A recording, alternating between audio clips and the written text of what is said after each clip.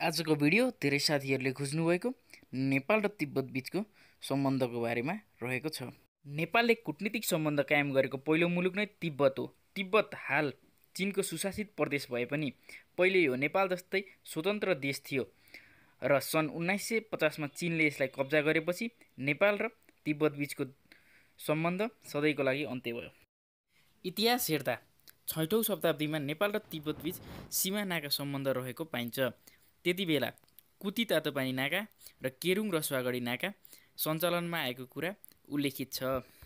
7औं शताब्दीमा लिच्छवीकालीन राजा अंशुवर्माले आफ्नो दुईवटा छोरीमध्ये एउटा छोरीको बिहा भारतका कन्नौजका राजा हर्षवर्धनसँग गरिदिए भने अर्की छोरी भिरकुटीको बिहा तिब्बतका राजा सोमचोङ गम्फेसँग गरिदिए। यसरी आफ्नो छोरी भिरकुटीको बिहा तत्कालीन तिब्बतका राजासँग गराइदिएर अंशुवर्माले नेपाल र तिब्बत बीचको सम्बन्ध अझ मजबुत बनाएका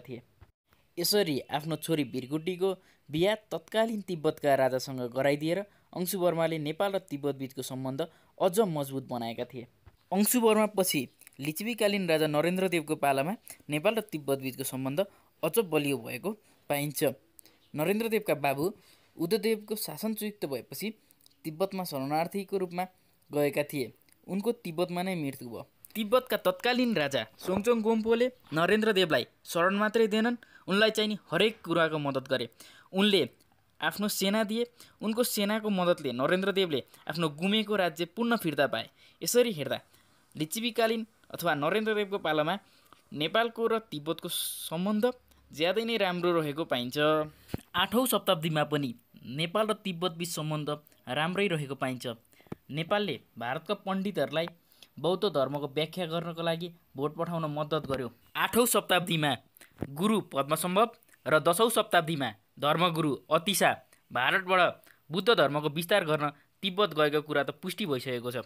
लिच्छवी कालदेखि नै नेपालले भारत र तिब्बतको बीचमा केन्द्रको भूमिका निर्वाह गरेको प्रसङ्ग उल्लेखित छ। नेपाल भोटको सम्बन्ध अनेक प्रकारले विकसित भएको थियो। यसै गरी नेपाल र तिब्बत सम्बन्ध अन्तर्गत सन् 1400 मा खस राजा अभय मल्लको योजनाबद्ध निर्देशन अनुसार जुम्लाका तत्कालीन राजा बलिराज शाहीले तिब्बतसँग सीमा र सीमा व्यापार लगायत लासासम्मको नुन, सुन, चाँदी र उन आदिको व्यापार गर्ने सन्धि गरेको पाइन्छ। खस राज्यकालमा भारतको अवध लखनऊ राज्यबाट नेपालको खस राज्य आसाम हुँदै कर्णालीको किनारै किनार जुम्लाबाट तिब्बतसम्मको व्यापारिक तथा पारवन मार्ग खोल्ने सम्झौता भएको पाइन्छ। नेपालका खस राज्यहरूले व्यापारीलाई सुरक्षा दिन र स्वतन्त्र आवत जावत गर्नका लागि तिब्बतसँग सम्झौता गरेका थिए। दोलखाका राजा इन्द्रसिंह देव र तिब्बत बीच सन् 1505 मा मुद्रा व्यापार सन्धि गरी नेपालमा मुद्राको रूपमा चाँदीको मोहर उत्पादन गरेर तिब्बतमा आपूर्ति गरिन्थ्यो। तर यो मुद्राले अन्तर्राष्ट्रिय मान्यता प्राप्त गर्न नसकेपछि काठमाडौँका राजा महेन्द्र मल्लले दिल्लीमा कूटनीतिक सरसौगात लगेर मुगल सम्राट अकबरको समर्थनबाट नेपालमा चाँदीका मोहरहरू अर्थात् महेन्द्र मल्लीको टकमारीको सुरु गरेको थिए। यी मोहरहरू उत्पादन गर्नलाई तिब्बतबाट नेपालमा शुद्ध चाँदी ल्याएर छपाई गरी पुनः तिब्बतमा आपूर्ति गरिन्थ्यो। नेपाल र तिब्बतले चाँदीका सिक्का तथा शुद्ध चाँदीको बराबर तौलमा साटासाट गर्दथे। गोर्खाका राजा रामशाहले आफ्नो राज्य विस्तारको क्रममा तिब्बतमाथि आक्रमण गरे र गोर्खाली फौजले तिब्बतको कुकुरकाटसम्म आफ्नो अधिकार जमायो। त्यसपछि प्रत्यक्ष रूपमा गोर्खाको व्यापारिक सम्बन्ध तिब्बतसँग कायम हुन पुग्यो। अर्कोतर्फ राजा रामशाहको यसै नमुनालाई आत्मसात गर्दै काठमाडौँका राजा प्रताप मल्लले पनि तिब्बतको कुतीतर्फको बाटो कब्जा गर्न आफ्नो निर्देशनमा काजी भीमल्लको नेतृत्वमा सैनिक बल कुतीतर्फ पठाएका थिए। यसै अभियानको फलस्वरूप प्रताप मल्लको फौज सिगाछेसम्म पुग्यो।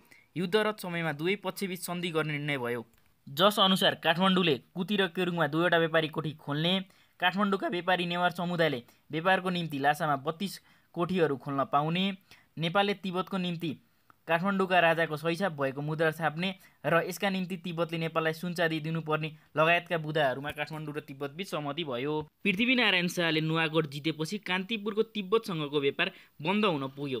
केरुङ भन्ज्याङ मार्ग नुवाकोट भएर जानु पर्दथ्यो। तसर्थ भोटसँग पूर्ववत व्यापार हुने आशा राख्दै कान्तिपुरले गोर्खासँग सन्धि गर्यो। उक्त सन्धि अनुसार केरुङ मार्गबाट हुने व्यापारमा गोर्खाको पनि समान हिस्सेदार हुने भयो। उक्त सन्धिमा तिब्बतको सहभागिता नभएको हुनाले यसलाई तिब्बतले मान्यता नदिँदा कार्यान्वयन हुन सकेन। भोटमा मिसाटक पठाउने समस्या जटिल बनिरहेको थियो। पृथ्वीनारायण शाहले उपत्यकाका मल्ल राज्यहरूमा अधिकार जमाएपछि नेपाल तिब्बत सम्बन्ध शाहहरूको हातमा पर्न गयो। उपत्यकाका अधीनमा आए पश्चात भोट सरकारसँग अशुद्ध मुद्रा वा मिसाहटको कारण अल्झेको समस्याहरू सुल्झाउन पृथ्वीनारायण शाहले विभिन्न प्रयासहरू गरे, परन्तु उक्त समस्याको समाधान हुन सकेन। उनले तिब्बतसँग पहिले चाहिँ हिमाल वारपारको व्यापारिक केन्द्रको रूपमा नेपाल स्थापित भइ नै रहोस् तथा तिब्बतसँग व्यापारमा बढी फाइदा होस् भन्ने चाहना राखेर तिब्बतलाई बङ्गालबाट हुने इस्ट इन्डिया कम्पनीका सामानहरू अन्य मार्गबाट आयात नगर्न अनुरोध गरे। नेपालबाट तिब्बत जाने व्यापारिक मार्गमध्ये कुती र केरुङ बाहेक अन्य मार्गहरू बन्द गरिदिए। तिब्बतले व्यापार सञ्चालन गर्न पत्रचार गरे पनि पृथ्वीनारायण शाहले उक्त प्रस्तावलाई इन्कार गरिदिए। त्यसबेला काठमाडौँमा जम्मा 2वटा कश्मीरी कोठीहरू थिए। यसै समयतिर 2 जना कश्मीरीहरू नेपालबाट भागी लासा गएर भुटानको बाटोबाट आफ्नो व्यापार सञ्चालन गर्न थालेका थिए। यस प्रकारले पृथ्वीनारायण शाहको समयमा नेपाल तिब्बतबीच व्यापारिक गतिविधिहरू सुचारू हुन नसकेको पुष्टि हुन आउँछ। पृथ्वीनारायण शाह पछि प्रताप शाहका समयमा नेपाल तिब्बतबीच व्यापारिक गतिविधिहरू सुचारू रूपमा सञ्चालन गर्नका लागि प्रयासहरू भए। रूपनारायण कार्कीको नेतृत्वमा एउटा प्रतिनिधि कुती पठाइयो। प्रतिनिधिले तिब्बतको सेलु, खेम्पो र देन्यु पद सम्बलहरूसँग कुराकानी गरी एउटा सन्धि गर्यो। सन्धिअनुसार नेपालले सुनचाँदीका मुद्राहरू टकमारी तिब्बत पठाउने, तिब्बतले पूर्वतर्फका व्यापारिक बाटाहरू बन्द गरी केरुङ र कुतीबाट मात्रै व्यापार गर्ने तथा सन्धिको पालना नगर्नेले 50 धार्नी सुन दिनुपर्ने रहेको थियो। सन्धि भए पनि खोटोमोहर वा मिसाटक सम्बन्धी समस्या चर्चा यसमा नपरेको हुँदा यस सन्धिले स्थायित्व पाउन सकेन। खोटोमोहर तिब्बतमा पूर्ववत प्रचलनमा रहिरह्यो। यसका अतिरिक्त पूर्वतर्फको बाटो बन्द नगरी तिब्बतले व्यापार पनि गर्दै रहँदा सन्धिको उल्लङ्घन भएको आभास भइरहेको थियो। उक्त कुरा नेपाल सरकारलाई मन परेन। सन् 1775 मा नेपाल र सिक्किम बीचको युद्ध हुन पुग्यो र यस युद्धमा तिब्बतले सिक्किमको पक्ष लिएको थियो। साथै सन्धि गर्दा तिब्बतले आफ्नो प्रतिनिधि पनि पठाएको थियो। यस प्रकार प्रतापसिंह शाहको समयमा पनि नेपाल तिब्बतबीच सम्बन्धमा कुनै सुधार आउन सकेन। यसपछि करिब 12 वर्षसम्म नेपाल तिब्बतबीचको सम्बन्ध यथास्थितिमै रहेको देखिन्छ। प्रतापसिंह शाहको मृत्युपछि 2.5 वर्षका नाबालक रणबहादुर शाह नेपालको राजा भए। उनको नायब भएर उनकी मुमा राजेन्द्र लक्ष्मीले शासन चलाइन्। उनको पनि चाँडै नै मृत्यु भयो। त्यसपछि उनका काका बहादुर शाहले नायबी चलाए। उनले नायबी सम्हालेपछि नेपालको एकीकरण अभियानमा तदारुकताका साथ अगाडि बढ्यो र तिब्बतसँगको सम्बन्धमा विशेष ध्यान पुग्न सकेन। यसै समयमा तिब्बतमा आन्तरिक कलहको सिर्जना भयो। तिब्बतका तेस्रो पञ्चेन लामाको चीनको सद्भाव भ्रमण जाँदा मृत्यु भयो। सम्पत्तिको बाँडफाँडमा उनका 2 भाइहरू बीच घर्यासी झगडा भयो। त्यसपछि सन् 1788 मा पञ्चेन लामाका भाइ समर्पा लामा राजनीतिक शरणका रूपमा नेपाल आए। उनको आगमनले 2 देशबीच तनावको स्थिति पैदा भयो। नेपाल सरकारले समर्पा लामालाई नेपाल तिब्बतको मामिलामा सल्लाहकारका रूपमा राख्यो। उनको सल्लाह अनुसार बहादुर शाहले मुद्रा समस्या समाधान गर्नका लागि भोटसँग युद्ध पनि मोलेका थिए। यसै बेला एकजना तिब्बती यात्री काठमाडौँको बौद्ध धार्मिक स्थलको दर्शनका लागि आएका थिए। उनी मार्फत बहादुर शाहले तिब्बत सरकारलाई एक पत्र पठाएका थिए। उक्त पत्रमा तिब्बतले पुराना खोटा सिक्काहरूको प्रचलन त्यागी नेपालको शुद्ध सिक्का मात्र प्रचलनमा ल्याउनु पर्ने, तिब्बतले शुद्ध नुन पठाउनु पर्ने, यी मागहरू पूरा नभएसम्म समर्पा लामालाई बन्धक राख्ने र तिब्बतको न्याङ, रोर्चर, केरुङ कब्जा राख्ने धम्की समेत दिएको थियो। तिब्बत सरकार नेपाल सरकारको यी मागहरू पूरा गर्ने पक्षमा थिएन। तिब्बत सरकारले उक्त पत्रको जवाफमा सबै दोष नेपालकै भनेर पन्छाइदियो। भोट सरकारले नकारात्मक जवाफ पठाउनुको साथै नेपालसँग व्यापारिक मार्गहरू पनि बन्द गर्यो। फलस्वरूप नेपाल सरकार असन्तुष्टि भई युद्ध गर्नुपर्ने स्थिति देखियो। नेपाल सरकारले तुरुन्तै कुती र केरुङ मार्गद्वारा तिब्बतलाई आक्रमण गर्न फौज पठायो। नेपाली फौजले कुती, केरुङ, शेखरजोङ आदि स्थानहरूमा आफ्नो कब्जा लियो। यसको प्रतिरोध गर्न तुरुन्त तिब्बतले सकेन। तिब्बत सरकारले अम्बाहरू मार्फत चीन सरकारसँग मद्दतका लागि अनुरोध गर्यो। त्यस्तै भारतको गभर्नर जनरल समक्ष एउटा गोप्य पत्र पनि पठायो। तर तिब्बतलाई मद्दत दिएर नेपालसँग सम्बन्ध बिगार्न अङ्ग्रेजहरू चाहदैनथे। तिब्बतको मामिलामा हस्तक्षेप गर्दा चीन पनि रिसाउने हुँदा अङ्ग्रेजहरू तिब्बतलाई सहयोग गर्न आलटाल गरे। चीनका बादशाहले आफ्ना अङ्गरक्षकलाई स्थिति अध्ययन गर्न पठाए। चाचुको नेतृत्वमा 2000 सेना पनि पठाए। भोटका अधिकारीहरू नेपालसँग युद्ध चालु राख्ने पक्षमा थिए, तर चिनियाहरूले युद्धको पक्षमा नभएकाले सन्धिको लागि छलफल सुरु भयो। तिब्बतले सन्धिको प्रस्ताव अगाडि सार्यो। केरुङमा दुवै देशका प्रतिनिधिहरू भेला भए। भोटले सन् 1775 को सन्धि उल्लङ्घन गरेको हुनाले नेपालले 50 धार्नी सुन र कुतीको भूभाग माग गर्यो, तर यी कुराहरू दिन तिब्बत तयार थिएन। आखिरमा लामो छलफल गरेर 2 महिनापछि एउटा सन्धि गर्ने निर्णय भयो। यस सन्धिलाई केरुङ सन्धि भनिन्छ। सन्धिका अनुसार नेपालले नयाँ मुद्रा प्रचलनमा ल्याउने सटै दर कायम भयो। तिब्बतले नेपाललाई युद्धको हर्जना वार्षिक रूपमा तिर्ने, तिब्बतले 1 वर्षको हर्जना तिरिसकेपछि नेपालले कब्जा गरेको तिब्बतको भूभाग छोड्ने, नेपालको एउटा प्रतिनिधि तिब्बतमा रहने, तिब्बतको शुद्ध नुन नेपालले पाउने, तिब्बतले भुटान, सिक्किमबाट दक्षिण एसियाली देशसँग व्यापार गर्न नपाउने आदि शर्तहरू राखिएका थिए। केरुङ सन्धिबाट तिब्बत सन्तुष्ट थिएन, किनकि यस सन्धिमा आफूले पहिलेदेखि नै विरोध गर्दै आएको कुरा मान्न तिब्बत विवश भएको थियो। यो सन्धि समानताको आधारमा नभई एकपक्ष भएको मानेर तत्कालमा तिब्बतले पहिलो किस्ता मात्रै नेपाललाई बुझायो, दोस्रो बुझाएन र तेस्रो वर्ष सन्धिमा संशोधन गर्ने माग राख्यो। माग बमोजिम वार्ता कुतीमा गर्ने तय भयो। वार्तामा भाग लिन सरकारको तर्फबाट समर्पा लामा पनि गएका थिए, जसलाई तिब्बतीहरूले पक्राउन खोजेकोमा नेपाल रुष्ट भई युद्धको पुनरावृत्ति हुन गयो। युद्धमा केही हदसम्म चीनको पनि संलग्न भएको हुनाले युद्धलाई नेपाल, चीन र तिब्बतको युद्ध पनि भनिन्छ। युद्ध हुनुको मुख्य कारणमा तिब्बतले केरुङ सन्धिका शर्तहरू उल्लङ्घन गर्नु थियो। तिब्बतका पूर्वतर्फका नाकाहरू खोल्न नपाउने शर्त भएकोमा सो कुरा नमानी पूर्वका नाकाहरू खोलिदिँदा युद्धबाहेक अरू विकल्प थिएन। अर्को कुरा, त्यस बेलासम्म युद्धमा सफल हुँदै आएको नेपालको आत्मबल निकै बढेको थियो। त्यस युद्धमा पनि नेपालले आफ्नो विजय देखेको थियो, जसको कारण सन् 1791 को अगस्त 6 को दिन तिब्बतको सिगाछेतर्फ युद्धको लागि फौजहरू पठाइयो। नेपालीहरूले सन्धिको उल्लङ्घन भएकोमा 50 धार्नी सुनको माग गरे। तिब्बतले दिन इन्कार गरिदिँदा नेपालीहरूले गुम्बामा लुटपाट गरी सुन चाँदी उठाउन सफल भए। यो उनीहरूको सफलताको शिखर थियो। नेपालीहरूको अगाडि केही नलाग्ने देखेपछि यसपल्ट पनि तिब्बतले चीनसँग मद्दतका लागि चीनको बादशाहसँग अनुरोध गर्यो। चीनले तिब्बतको पराजित भएमा आफ्नो प्रभुत्व तिब्बतबाट हट्ने देखेपछि उसलाई सहयोग गर्ने निर्णय गर्यो।